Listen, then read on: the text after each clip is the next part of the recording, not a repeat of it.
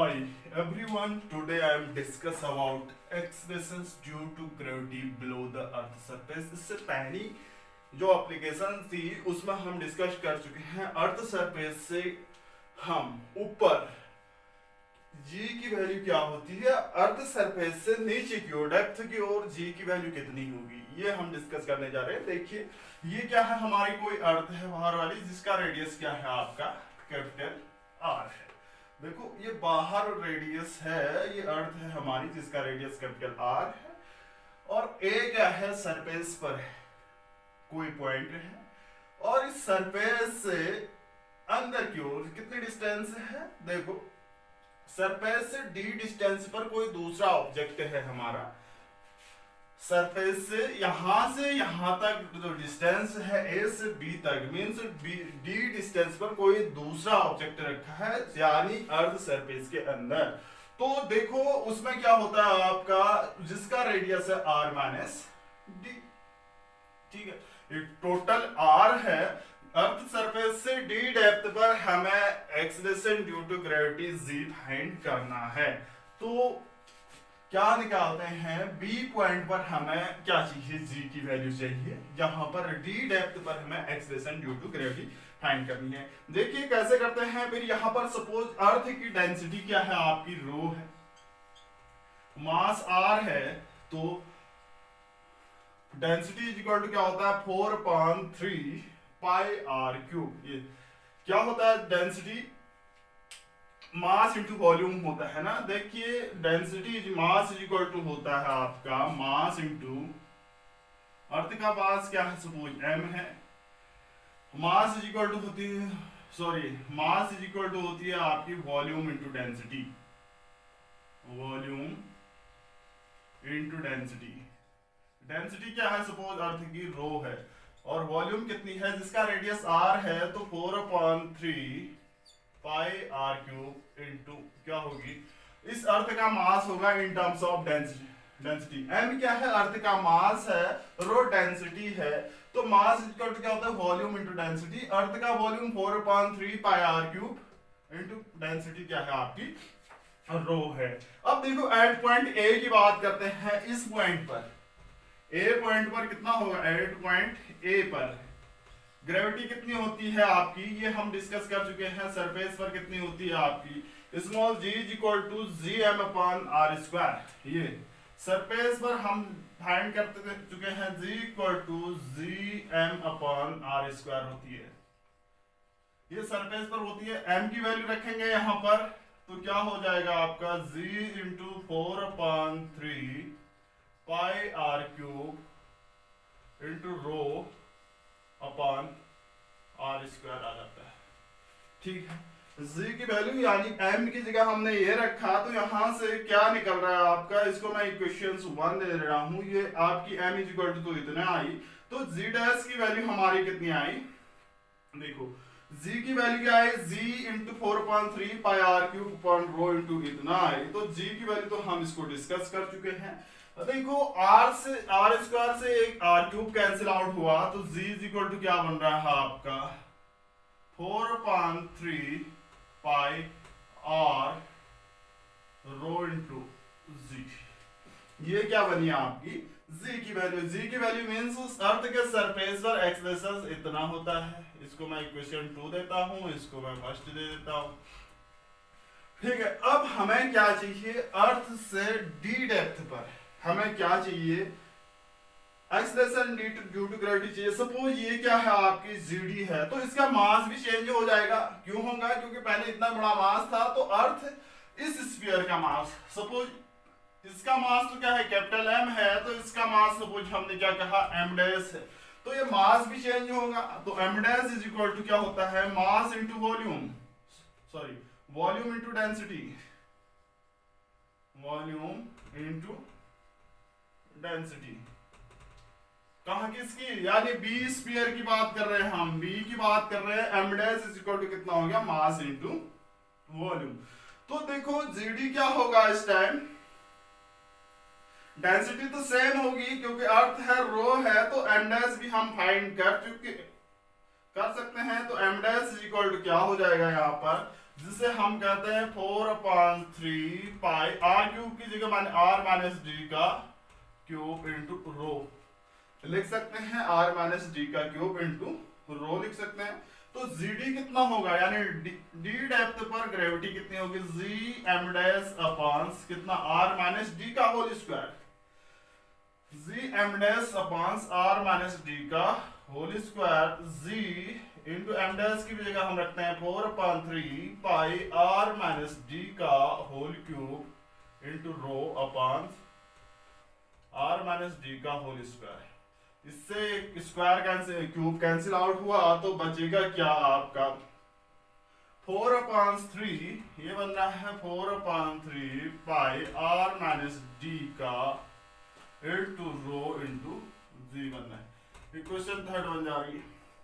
तो हमें क्या चाहिए, G dash upon sorry G D upon G find कर सकते हैं हम, G D divided by G. तो इसको हम लिख रहे हैं equations third divided by 2, G D upon G is equal to, देखो 4/3, देखो इसको हम लिख ही लेते हैं आप पहले, 4/3 pi r minus D into rho upon 4/3 pi r रो जी, इतना हम लिख सकते हैं। तो 4/3 पाई से 4/3 पाई, रो जी से रो जी कैंसिल आउट हुआ, यहाँ पर बचेगा r minus D upon r, अलग अलग करेंगे 1 माइनस डी अपॉन r बन जाता है, G D upon G is equal to 1 minus D upon r होगा। तो ये क्या होगा आपका GD is equal to, this implies that GD is equal to, यानी D डेप्थ पर ग्रेविटी कितनी होगी, J into 1 minus D upon r। देखो ये क्या है आपका, डिक्रीज हो रही है, GD मींस G में अर्थ सरफेस पर कितनी होती है 9.8 होती है, उससे कम हो रही है, मींस 9.8 में से कुछ कम हो रहा है, तो डिक्रीज हो रही है, यानी आपकी जितनी हम डेप्थ की ओर जा रहे हैं, अर्थ सरफेस से नीचे की ओर जा रहे हैं, उसकी ग्रेविटी क्या हो रही है, एक्सेलरेशन ड्यू टू ग्रेविटी कम हो रही है। इससे इंडिकेट हो रहा है GD मान is equal to G minus 1 G into 1 minus D R. GD क्या है, D डेप्थ पर ग्रेविटी है, G क्या है, अर्ध सरफेस पर ग्रेविटी है, यानी ये कम होती जा रही है, GD is equal to G minus इतना। तो यहां से हम G माइनस GD फाइंड कर सकते हैं। इसी इक्वेशन से बात करते हैं, इसी इक्वेशन की बात करते हैं, G minus G D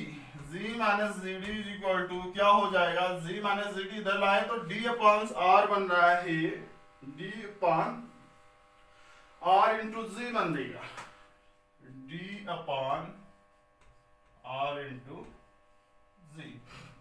D upon R into जी। यहाँ पर G माइनस जी डी क्या है, gives the decrease in the value of G minus G D gives the decrease value of G की बात कर रहा है। तो यहां से हम और कंक्लूजन क्या निकाल सकते हैं, G तो कांस्टेंट है भाई, ये G कांस्टेंट है, ये G क्या है आपका कांस्टेंट है, तो दिस इंप्लाइज दैट R क्या है, कांस्टेंट है। देखो ये R बहुत बड़ा है इन कंपेयर टू D के कंपेयर में R बड़ा है, तो यानी G माइनस जो देखो G भी क्या है कांस्टेंट है, R क्या है फिक्स वैल्यू होती है, अर्थ की रेडियस G क्या है, इसकी वैल्यू भी क्या है, अर्थ सरफेस पर फिक्स होती है, और D क्या है, तो ये यहां से क्या वैरी करेगा, G माइनस जी डी क्या करेगा, डायरेक्टली वैरी करेगा D के, G माइनस जी डी जो है डायरेक्टली वैरी करेगा, आपका डायरेक्टली प्रोपोर्शनल होगा G माइनस जी डी के। तो यहां से इस इक्वेशन से क्या क्लियर हो रहा है, अगर D डिक्रीज हो, it is clear that if D decrease that is GD acceleration due to gravity decrease. अगर D डिक्रीज हो रहा है तो क्या होगा, acceleration due to GD must decreases, hence G is constant. यहां पर GD क्या है, डिक्रीज हो रही है, और G क्या है आपकी कांस्टेंट है, hence the acceleration due to gravity decrease as move down into the surface of the earth. अगर जितना हम नीचे की ओर जा रहे हैं उतनी अर्थ G की वैल्यू क्या होगी, डिक्रीज होगी। सो सेंटर की बात करते हैं, सेंटर पर क्या होगा आपका, सेंटर पर G की वैल्यू, यानी O पर कर रहे हैं, O पर क्या होगा, एट सेंटर पर बात कर रहे हैं, एट सेंटर ओ पर, तो उस टाइम जो डी है वो आर के इक्वल हो जाएगा। क्या होगा आपका उस टाइम जो डी है, ये डी क्या है, इसको मैं एक्स दे देता हूं, उस टाइम जो डी है वो आर के इक्वल होगा सेंटर पर, यानी ये डी यहां ना होकर डी इतने के इक्वल होगा, डी आर के इक्वल है, तो सेंटर पर, अर्थ के सेंटर पर कितनी होगी, ZD is equal to Z 1 minus R पांच R, तो ये क्या आ रही है आपकी 0 आएगी। कहां पर, अर्थ के सेंटर पर जो ग्रेविटी आ रही है 0 आई, acceleration due to gravity at the centre of the earth is 0, earth के सेंटर पर क्या होती है आपकी ग्रेविटी 0 होती है। ठीक है, अब देखिए यहां पर और डिस्कस कर सकते हैं हम, देखो decrease in the value of G with depth deep, तो ये कितनी आ रही है हमारी, ये आ रही है आपकी जी माइनस जी डी लिखते हैं, जी माइनस जी डी जो आई है आपकी क्या आ रही है, डी जी की वैल्यू डिक्रीज आ रही है, तो जी डी अपॉन आर लिख सकते हैं। तो यहां से हम क्या लिख सकते हैं, ये जीडी, तो यहां से हम क्या लिख सकते हैं, कितनी वैल्यू कम हो रही है, यानी फ्रैक्शनल वैल्यू में कितनी चेंजेज आ रही है, फ्रैक्शनल वैल्यू कितनी चेंज होगी, फिर जी डी अपॉन ये होगा, यहां से क्या आएगी आपकी फ्रैक्शनल वैल्यू चेंज होगी, तो क्या होगा G minus G D upon G is equal to D upon R, ये आर है, तो g माइनस जी डी से कहते हैं फ्रैक्शनल वैल्यू इन चेंज, जैसा सेम हमने एक्सलेशंस अबव द सरफेस पढ़ा था वैसी सेम है। अगर इसके हम परसेंटेज में लिखते हैं तो इसको हम 100 से क्या करते हैं मल्टीप्लाई, अगर g की वैल्यू कितनी परसेंट डिक्रीज हो रही हम लिखते हैं तो इसका परसेंटेज, यानी आपको g minus G D upon G into 100 लिखते हैं, 100 लिखेंगे तो d अपॉन आर सेम आ रहा है, d अपॉन आर इंटू 100, इतना परसेंट क्या होगी डिक्रीज होगी z की वैल्यू, यानी अर्थ सरफेस से d डेप्थ पर इसकी वैल्यू इतनी डिक्रीज होगी। Thank you.